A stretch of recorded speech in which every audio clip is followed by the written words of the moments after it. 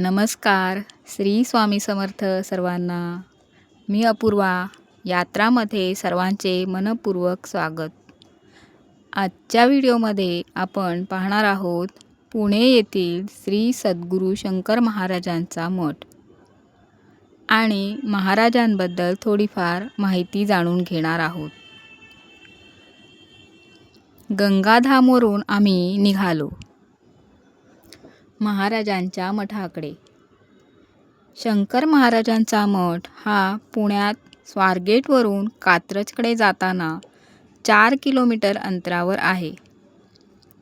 धनकवाडी येथे 1 एकर जागेत हा मठ बांधलेला आहे. पूर्वी ही समाधी फक्त काही दगडी विटांमध्ये बांधलेली होती, पण आता इथे सुंदर असा मठ उभारला आहे. बापूराव रुद्रकर यांनी हा मठ बांधला आहे. या मठात आपण गाभाऱ्यात जाऊन सुद्धा दर्शन घेऊ शकतो.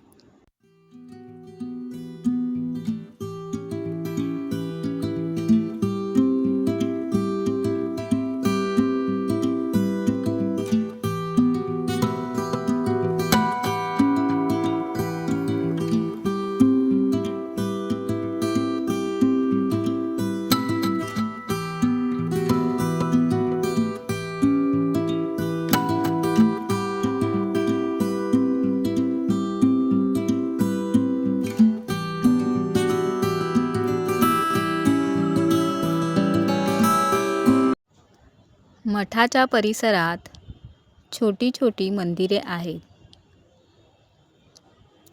त्यातलेच हे एक मंदिर श्री गुरुदेव दत्तांचं. इथे श्री गुरुदेव दत्तांची छान अशी सुबक मूर्ती आहे.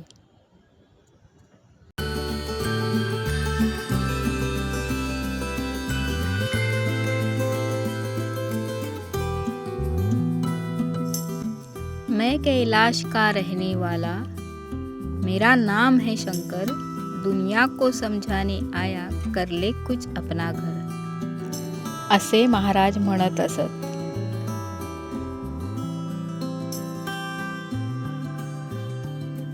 मठाच्या समोरच हनुमानाचेही सुंदर असे मंदिर आहे. त्याचबरोबर स्वामींचेही एक सुंदर असे मंदिर आहे. असे म्हणतात श्री स्वामी समर्थ महाराज आणि शंकर महाराज यांचे गुरु शिष्यांचे घनिष्ठ नाते होते. महाराज श्री स्वामी समर्थ महाराजांना मालक असे संबोधायचे. शंकर महाराज हे अलीकडच्याच काळात होऊन गेलेले सत्पुरुष. ते अजानुबाहू होते, अष्टवक्री होते.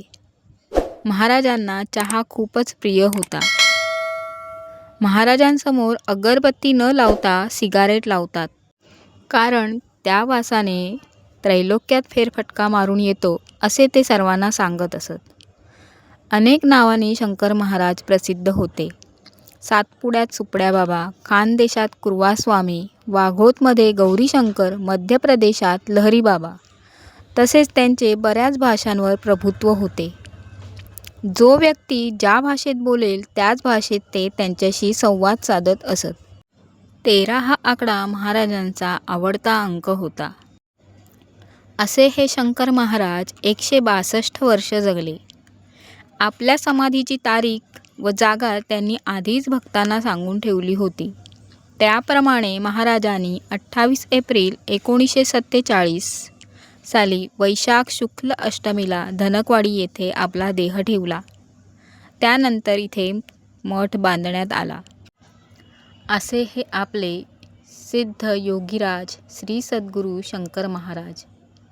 तर तुम्हाला हा व्हिडिओ कसा वाटला कमेंटमध्ये जय शंकर नक्की लिहा आणि व्हिडिओ आवडल्यास लाईक करा, शेअर करा आणि सबस्क्राईब करा.